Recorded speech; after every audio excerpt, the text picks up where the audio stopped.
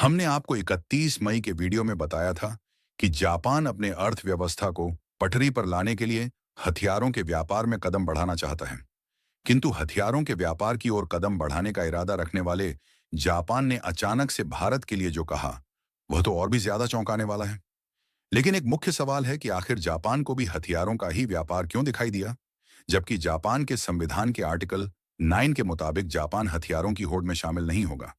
लेकिन अब जापान के लिए अपने पुराने संविधान को अलविदा कहने का समय आ चुका है, क्योंकि हथियारों के व्यापार में आना अब जापान की बहुत बड़ी मजबूरी बन गई।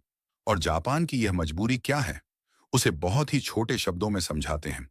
जैसा कि जापान छोटे छोटे टापुओं से बना देश है, अमीरों की लिस्ट में शामिल जापान प्राकृतिक संसाधनों के मामले में गरीब है। जापान की पूरी अर्थव्यवस्था उसके अपने टेक्नोलॉजी के दम पर थी। जैसे कि जापान की इलेक्ट्रॉनिक्स और ऑटोमोबाइल्स की टेक्नोलॉजी पूरी दुनिया में फैली, जिससे कि जापान ने बहुत तरक्की की। लेकिन समय के साथ ऐसी टेक्नोलॉजी में भारत और चीन जैसे देश भी काफी मजबूत हुए, जिससे कि जापान का दबदबा कम होने लगा। अब जापान को मालूम है कि ना तो उसके पास में रूस, अमेरिका या सऊदी जैसा प्राकृतिक संसाधन है, ना ही भारत जैसे कृषि क्षेत्र में उसकी कोई बहुत बड़ी पहचान है। ऐसे में टेक्नोलॉजी ही जापान की ताकत है। लेकिन ऑटोमोबाइल्स और इलेक्ट्रॉनिक्स की टेक्नोलॉजी अब काफी विकासशील देशों के पास है। तो ऐसे में जापान को भी हथियारों की ही तकनीक में अपना व्यापार और भविष्य दिखाई दिया। इसीलिए जापान ने अपने हथियारों के व्यापार को बढ़ाने के लिए भारत पर से धीरे धीरे प्रतिबंधों को हटाया।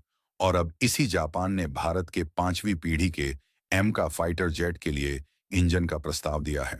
जापानी सांसद और आर्थिक नीतियों के विशेषज्ञ मसासे अदाची ने कहा कि चाहे जापान हो, फ्रांस हो, जर्मनी हो या ब्रिटेन हो, इन सारे छोटे देशों ने केवल तकनीक के दम पर ही अपनी अर्थव्यवस्था को जिंदा रखा, क्योंकि तकनीक के सिवाय उनके पास कुछ है नहीं।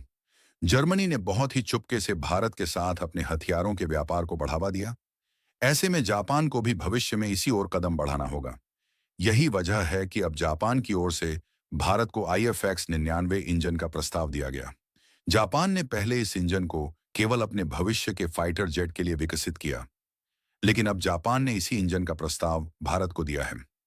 जापान के मुताबिक इस इंजन को अलग अलग परिस्थितियों में 107 किल न्यूटन से 196 किल न्यूटन तक बढ़ाया जा सकता है।